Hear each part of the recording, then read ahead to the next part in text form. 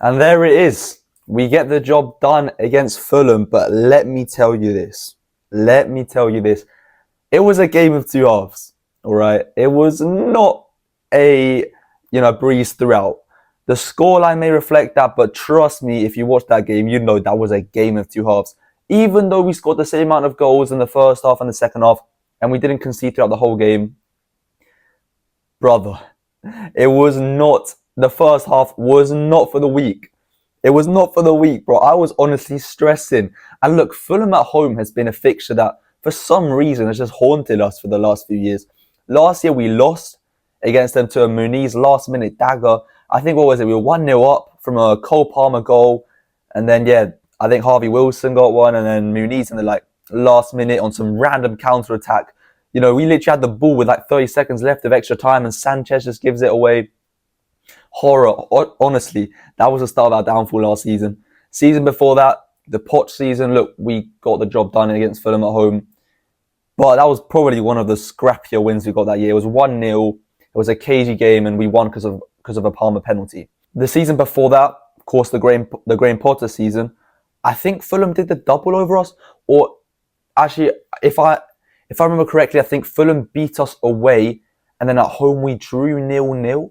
I think we definitely didn't beat them. So we've only got one win in the last 3 years. Now 2 wins in the last 4.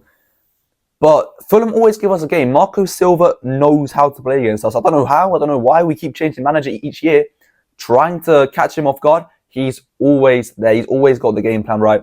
Honestly, I think Marco Silva set Fulham up very well today.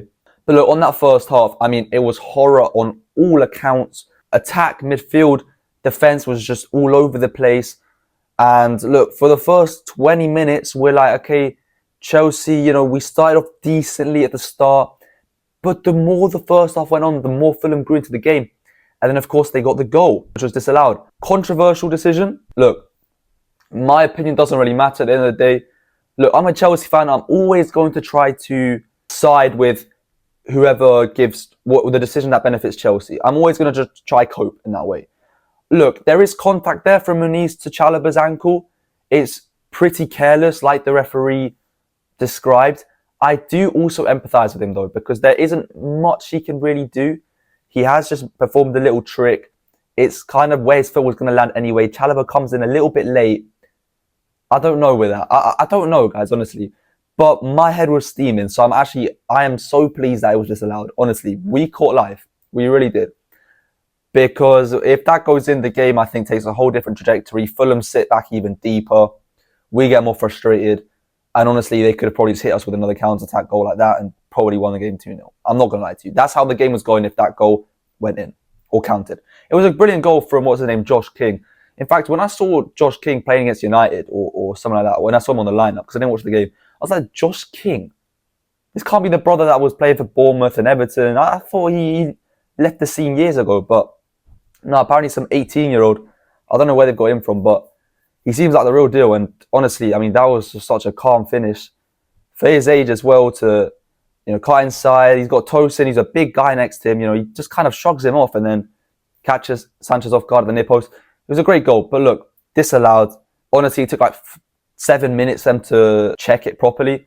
But then from then on, Fulham was still giving us hell, bro. They were still having chance after chance.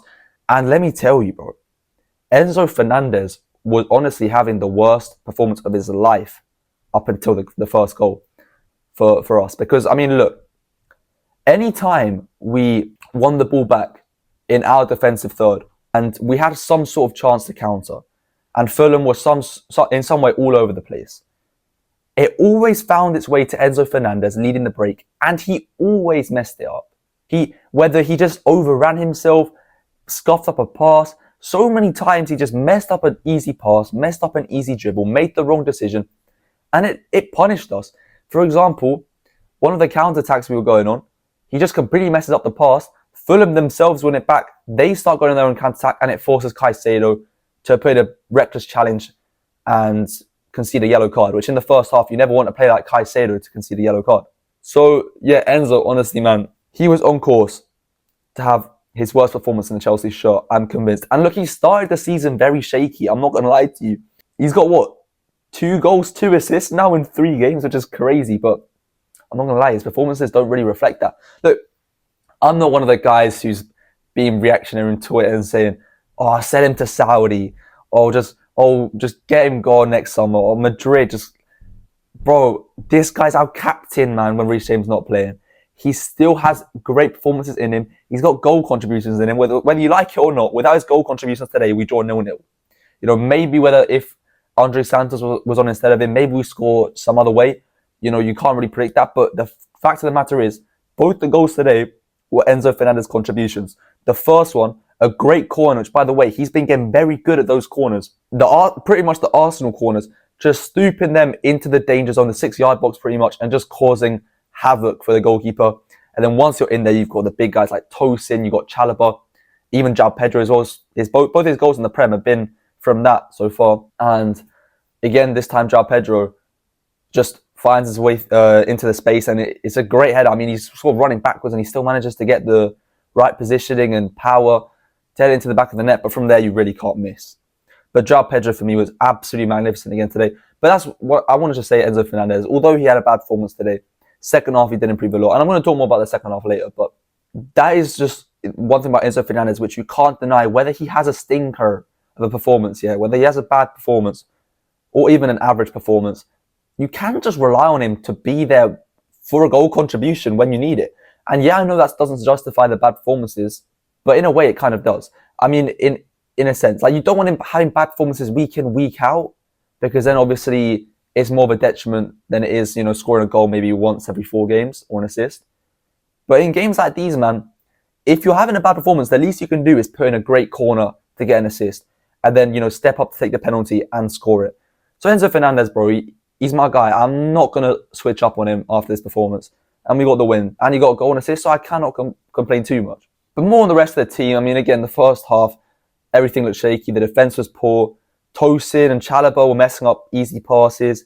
They weren't looking comfortable on the ball. A lot of the time when they got the ball, they just smash it up the pitch, clearing it away, hoping it wouldn't come back to them. Cucurella even was being a bit rash.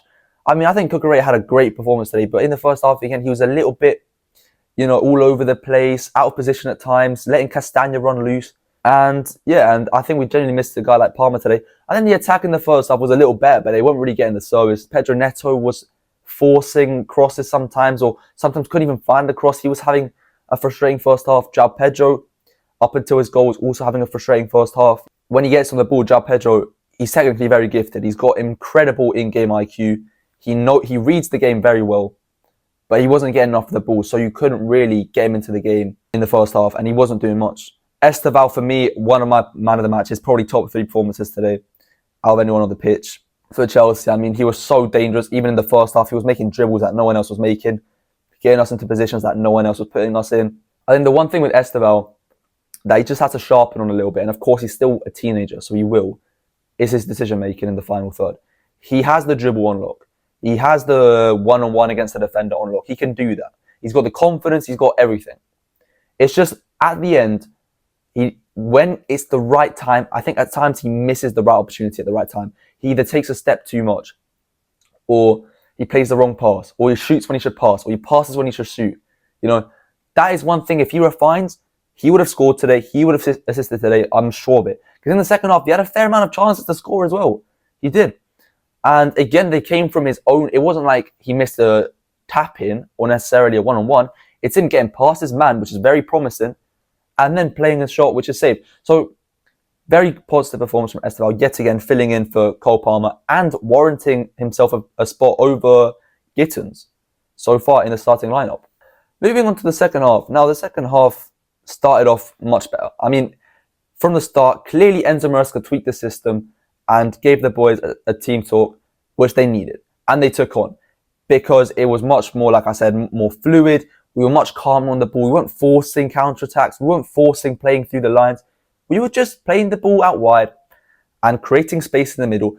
And look, I think one thing that helps us a lot this game is Gusto pretty much playing up like a winger, not inverting as much. He'd still do that from time to time. But we know his strength isn't to invert. His strength is just to bombard the wings. Up and down. And he was doing that. And whilst he'd go up when we were on the ball, Chalobah or even Tosin or Caicedo was sort of filling as a centre-back, whilst Tosin or Chalobah would go so wide, almost as if they were the fullback. Chalobah, for a lot of the game on the ball, he was playing right back. You know, it's things like that that just create so much more space in the middle for you to then, exploit. And we were doing that. And then the second goal comes in. Obviously, it's, a lot of stuff was going on. Again, took ages to check. We knew from the start it was going to be a penalty. It was clearly a handball. The only thing that could sort of overruled it was if, Joao Pedro did something himself in the build-up, if there was a foul. But there was none of that. Took longer than it should have. Enzo Fernandez steps up. I was honestly expecting Joao Pedro, but I'm happy Enzo Fernandez stepped up, had the confidence to, with the captain's armband. And going down the middle was always a risk, but it paid off. And from then on, it was pretty much game to Chelsea. I can't lie that Fulham weren't a threat like they were in the first half. So I have to give Maresca a lot of credit for just adapting to the conditions in the first half, because it was looking like Crystal Palace all over again. I'm not going to lie. That first half, it was looking like Crystal Palace. Until the goal, we were playing a very low block. We weren't getting chances in. They were getting chances for themselves. In fact, both those games we caught live because they scored the first goal and it was disallowed. Palace and Fulham. And both were a bit controversial, I won't lie to you. So we've been a bit lucky so far this season. But we got the 3 points, which to be honest is all I care about at this point in the season. Just getting 3 points on the line. Because honestly, in the Prem these days, there's really no easy games. I came into this game expecting, to lay back and put my seat up and just enjoy a good win. And in the end, it was that. But we did suffer for a lot of it. And it just reminds you that every 3 points, every point even, is just so valuable in this league. One thing I forgot to mention about the first half was obviously Delap's injury and then Tyreek George coming on for him. Obviously, we saw Delap was through on goal and then he just sort of stopped running. It looked like he pulled up in his hamstring. And then, he was forced to come off. He didn't look like he was wincing in pain, but Delap's a big, strong guy. And if he's pretty much throwing in the towel, surrendering that early on, there's clearly an issue there. And it's scary, I'm not going to lie to you, because the same day that we've sealed the loan of Jackson to Bayern Munich, Delap gets injured, and we don't know for how long it might be, but hamstring injuries are never really kind. We got the international break coming up. Hopefully he gets some rest time there. But I'm just praying it's not too long, man. But, I mean, look, obviously we can play Joao Pedro up top and then Palmer will come back to fill in for the 10. My only issue is if Delap's injured for a long time, it's the depth that's really an issue. Because if Joao Pedro goes down hurt, we're going to have to start doing the same thing we were doing last year with putting Neto up top and Tyreek George. It's just a mess, man. But honestly, Tyreek George really impressed me today. I think he was very good. Obviously, feel a bit bad for him. Obviously, he came on and then came off again. You don't really tend to see that happen, but he's a young guy still, and he did come on early in the first half, so he did still play around 60 minutes, 50 minutes, which is good for him. First appearance of the season, and I think he was good, honestly. He didn't really put a foot wrong. He was making some very good turns, honestly. When he got the ball on the half turn with his back to goal, he did shrug off his man a few times, and that led to a few good attacks. But again, as a striker, he doesn't really pose that threat that like a Liam Delap does. But he had a positive performance for me. As for the other subs, not much really was done from them. Reece James had an effort from outside the box. It's always good to see him make an appearance. Hopefully he can start the next game. But honestly, one thing I have to touch on is Gusto today has probably had one of his best performances in years at Chelsea. Since the 23-24 season.